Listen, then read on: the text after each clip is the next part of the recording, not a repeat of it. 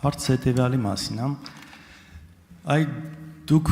որպես գլխավոր դատախազ, որպես իրավաբան, ինչպես եք վերաբերում գործերին, որը դուք ներկայացնում եք դատարանում որպես կողմ, որտեղ պետք է կողմերը ունենան հավասարություն, այն դեպքում, երբ դատավորները կոնկրետ օրինակ ունենում են քաղաքական անցյալ։ Այ ձեր մոտ դատախազությունում կա ինչ-որ քննարկումներ այդ թեմայի շուրջ, ինչ մոտեցում պետք է որդեգրեք, որովհետև մենք տեսնում ենք հատկապես անցած տարիներին, երբ գոնե մի թեթև ինչ-որ կապ է տեսնում դատախազության մեղադրող կողմը որևէ ում որ մեղադրում են նրա հետ կապված դատավորի անցյալի բանի մասով շատ հստակ դիրքորոշում են ունենում եւ որպես կանոն դատավորները այդ ժամանակ ընդունում են դատախազների ներկայացրած բացարկի միջնորդությունը, բայց հակառակ դեպքերում տեսնում ենք, որ այդպիսի բան չկա։ Կան կոնկրետ գործեր, ու այստեղ կրկին եւս մեկ անգամ մենք տեսնում ենք այս երկակի ստանդարտների գործարկումը ոնց որ ինչպես որ անում է եւ քննչականը, եւ դատախազությունը, եւ սա, մեղմ ասած, արդար չէ։ Ինձ հետաքրքիր է ձեր մոտեցումը այս հարցում։ Ներողություն, ես խնդրեմ երկակի ստանդարտի հետ կապված մի փոքր մանրամասեք ինչի նկատի ունեք դատախազությունում, կադրային ընտրության Չէ, այս նման դեպքերում, երբ որ օրինակ դատավորը, չէ, շատ կոնկրետ ասի, դատավորի մասով, այսինքն բան որդեգրելու, եթե մի դեպքում ինչ որ կապ են տեսնում կոնկրետ դրա հետ կապված գործողություններ են անում, որովհետև իրենց դա ձեռնտու է լինում այդ ժամանակ, ուրիշ դեպքերում, երբ շատ ավելի հստակ կապ է լինում ի վնաս մյուս կողմի ու երևի թե ի օգուտ դատախազության, այդտեղ իրանք կարծես չտեսնելու են տալիս, նորմալ են դա համարում ու ոչինչ չի արվում։ Խոսքը այս երկակի ստանդարտի մասն է։ Շնորհակալություն հարցի համար։ Ես ենթադրում եմ կարող ենք ավելի կոնկրետ ասել, որ դատավարության հետ կապված է ձեր հարցադրումը, որովհետև եթե նստած եք նիստերի դահլիճում վստահ եմ հետևել եք, բացարկի հետ կապված դատախազությունը դիրքորոշումը պնդեց, որ բացարկի վերաբերյալ հարցերը քննարկելուց հետո նոր դատախազությունը հանդես կգա միջնորդությամբ։ Պաշտպանական կողմը պնդեց, որ բացարկի հարց չի կարող քննարկվել, որովհետև իրենք տեղեկացված չեն մեղադրանքից։ Եվ վստահ եմ, հիշում եք, որ դատարանը որոշում կայացրեց հաջորդ դատական նիստին անդրադառնալ այն հարցին, թե սկզբից բացարկների հարցն է քննարկելու, հետո դատախազության միջնորդությունը, թե ոչ։ Այսինքն ձեր այն հետևությունը, որ դատախազությունը կողմ է որևէ երկակի ստանդարտի, գոնե իմ տեսած դատավարությունում չի հիմնավորվում։ Եթե որևէ այլ օրինակ գիտեք, խնդրում եմ ասեք, մենք ուշադիր կլինենք։ Օրինակները շատ են, կոնկրետ եթե ուզում եք օրինակներից խոսեք, ես դրա համար չկոնկրետացրեցի։ Իհարկե ավելի թարմը այն է, ինչ դուք ասում եք։ Այդտեղ իհարկե շատ ավելի լուրջ ուրիշ խնդիրներ կա այդ դատավարության առումով ու պաշտպանական կողմը ինչ է ասում, ասում է մենք չենք հասկանում ինչ օդվածով ենք մեղադրվում, որ մի հատ էլ հասկանանք բացարկի միջնորդություն ունենք, թե չունենք դատավորին։ Խոսքը ստեղ դրա մասին չէ միայն։ Կոնկրետ իմ դեպքում եղել է օրինակ Մասիս Մելքոնյան, ով ընտրություններին մասնակցել է հակադիր բևեռում, կոնկրետ ընտրացուցակում է եղել 14-րդ համարը,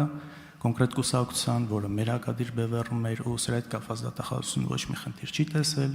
պաշտպանական կողմի ներկայացված բացարկները ոչ մի ազդեցություն չեն ունեցել, դե մակագրումներ հատուկ ամեն կերպ արվել է նույն մարդուն, բայց ես ընդհանուր դիրքորոշում եմ ուզում հասկանալ, որտեղ վաղը մյուս օր էլ կարող է օրինակ մեր գործընկերներից մեկը դատավոր դառնա, արդյոք դատախազությունը նորմալ է համարելու, երբ որ ինչ որ գործով մյուս կողմում գտնվող մարդկանց հետ կապված գործերում իրենք հանդիսանան որպես դատարան։ Խոսքը ավելի խնդրում եմ ընդհանուր։ Շատ լավ։ Պատասխանը արձագանքեք, այո։ Ես ձեր նշած դատավարությունների հետ կապված էլի պետք է ասեմ, որ դատարանը որոշում է կայացրել բացարկի, ինքնաբացարկի վերաբերյալ հարցով, դուք իրավաբան եք ու շատ լավ եք պատկերացնում ինքնաբացարկի վերաբերյալ որոշում կայացնող սուբյեկտն ով է, Եվ շատ լավ եք պատկերացնում, ինչ է նշանակում քրեական արդարադատություն, որը կողմերի հավասարություն չի ենթադրում, մրցակցային դատավարություն է։ Եվ դատախազությունը յուրաքանչյուր դեպքում,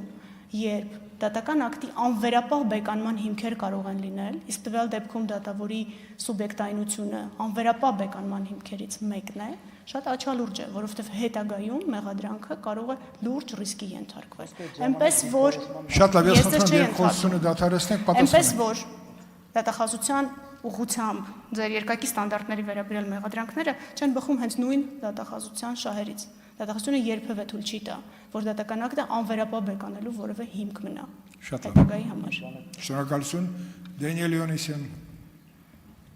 Իդեպ պարոն Յովհաննիսյան, շնորհակալություն դիտարկման համար նախորդ հարցի հետ կապված մենք մի փոքր այդ վարչական իրավախախտում քրեական պատասխանատվություն այդ տարեմբռնումը ունեինք եւ կարծում ենք ուսումնասիրություն կանենք այդ կասեցված լիցենզիաների եւ լիցենզիաների վարորդական լիցենզիաների բացակայության վերաբերյալ այդ օրենսդրական անհստակ։ Բայց ես ինչ եմ ուզում ասել, օրինակ մեր կանայք պարկեշտ ընտանիքի հարցներ են եւ իրենց թույլ չեն տալիս այս թիմից փախչել, թռնել այն մյուս թիմ, կամ ինչ-որ մարդկանցով գալ մարդ դառնալ ու այդ մարդկությունը միանգամից մոռանալ։ Օրինակ ինձ հետաքրքիր է, էլի, եթե չլիներ ոմանց խավորները, նրանք չհայտնվեին իմ քայլի ցուցակում, երբևիցե կպատկերացնեն մի օր, որ կդառնան падգամավոր, այդ ընթացքում էլ մեր մասին գրում են, այ օրինակ, որ Վարազդատ Կարապետյանը դիմում չգրեր, Նարեկ Գրիգորյան չէր հայտնվեն, Նարեկ Գրիգորյանը մաքուր ձայն է տարել, ձեր հետ է մրցել, իդեպ։ Հա 4 ձեն էր երևի տարբերությունը, չգիտեմ, ամբողջ մի հսկա օլիգարխիա էր աշխատում այն ժամանակ ձեր համար։ Հարգելի ընդդիմություն, ինչքան գովերգում եք Ռոբերտ Քոչարյանին, այնքան ավելի խորն եք փորում ձեր քաղաքական փոսը, այն փոսը, որ օրինակ 80 սանտի էր, հետո սարքեցիք 1.80 m, հիմա սարքում եք 2.80, որ էլ տեից չկարողանա կլներ դուս գալ ու քաղաքականությամբ զբաղվել, ասպա պարոն Մինասյանը Ռոբերտ Քոչարյանն ունի 4 միլիոն դոլար կարողություն, բա ինչի չեք բացահայտում։ Միլիարդ կներեք, 4 միլիարդ դոլար ունի, ինչի չեք բացահայտում։ Կբացահայտենք, այո, անօք եղեք։ Բա եթե չենք բացահայտում, այդ վայթե քաղաքացիական պայմանագիր խմբակցության անդամներն էին, գլուխները կախ, բերում իրենց գողոնը, հանձնում պետությանը ու մի բան էլ պակաս։ Բերելու եք, վերցնելու ենք հատիկ առ հատիկ, ոչ մի գողացող չի պլստալու։ Հասկանում եմ անհանգստությունը, հասկանում եմ նաև ոգևորությունը, դե մտածում եմ ոնց անենք, որ սրանք իշխանության չլինեն, մենք էլ մեր փողերը վայելենք, չի գողացված գումարը չի վայելվելու։ Ասում է, այստեղից են տիկինն ասում է բանա, բռնապետ կամ բռնապետիկ, հարգելի հայրենակիցներ, ես ուղղակի զարմանում եմ, էլի, կինը ոնց կարող է